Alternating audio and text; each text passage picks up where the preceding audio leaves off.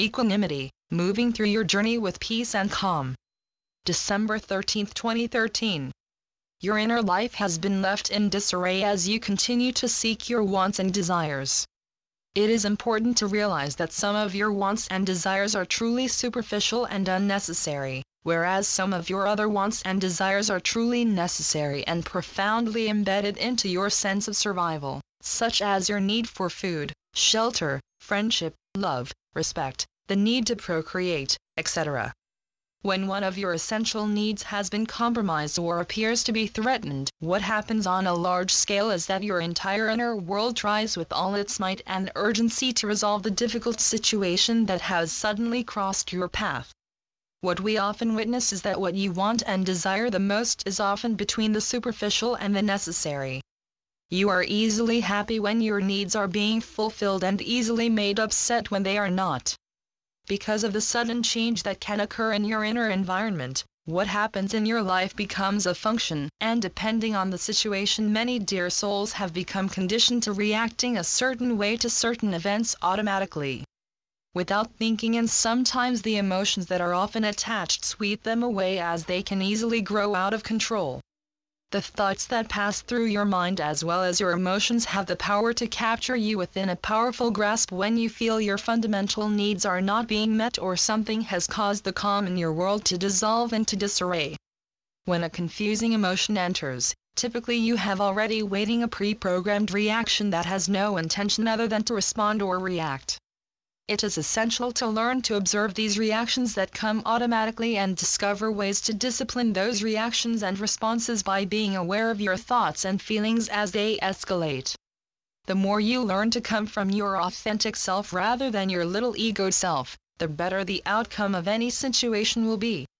It is only normal to come across other dear souls that may not share the same viewpoint as you, or may have different values or beliefs. This does not mean this dear soul that is different doesn't have anything of value to offer, quite contrary.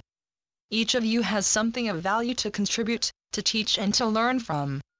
By changing your attitude and how you see people, you give yourself the ability to grow and stretch beyond your normal comfort zone and enter a whole new stream of learning and growing possibilities. We know as well how many dear souls are adamant about defending their opinion.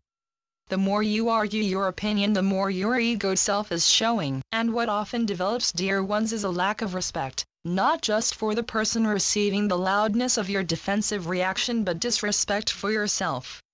It is more than possible to let go of the need to thrust your opinions, attitudes, likes, dislikes, values, beliefs, etc., into other dear souls' faces even for a temporary basis. Give them a vacation. It is important to get a handle on your own attitude and behavior in order to be helpful to your own spiritual and personal journey, and it demonstrates a certain amount of necessary discipline. As you continue to maneuver along your current path, you become aware of the important need to process what it is you like and what you don't like, and how much of what you like you will indulge in, how much is purposeful and vital, and you learn this, dear ones, by becoming more disciplined with your thoughts and emotions and how to control your responses during various situations and events. You will gain self-confidence as you learn you are not your overactive emotions, and you are not your likes or dislikes. The more you let go of what you are not, the more freedom you will gain. By learning to just be, you give yourself the ability to observe the rising of an impulse or urge to react to a like or dislike, to provide an opinion or criticism, and you discover what you are able to pass without cold action. While remaining in a calm state of just being, you become more aware and in tune to your inner self, and you realize there is a lot that can easily be passed through without a second thought. Just watch it go and let it carry on without stopping. Understand, dear ones, you are not a slave to your emotions or sometimes heavy feelings that can become destructively reactive. It is up to you to how long any upsetting emotion or feeling gets to stay. The choice is always yours. Your reactive emotions and feelings towards what you like and dislike only become problematic when you identify with the development of those feelings and emotions. When a feeling or emotion emerges and you believe in it, you fold into its grasp and become that emotion or feeling, and many times, dear ones, you lose yourself with the feeling or emotion that has created a powerful responsive reaction. As soon as the emotion or feeling has you under its incredible power, you stop being your true and authentic self. We encourage you to comprehend that you don't have to allow your emotions or feelings to overpower you or control you. The more disciplined you strive to become, the more free you will feel as you learn to let go of what is unnecessary and welcome equanimity and peace as a divine and amiable replacement.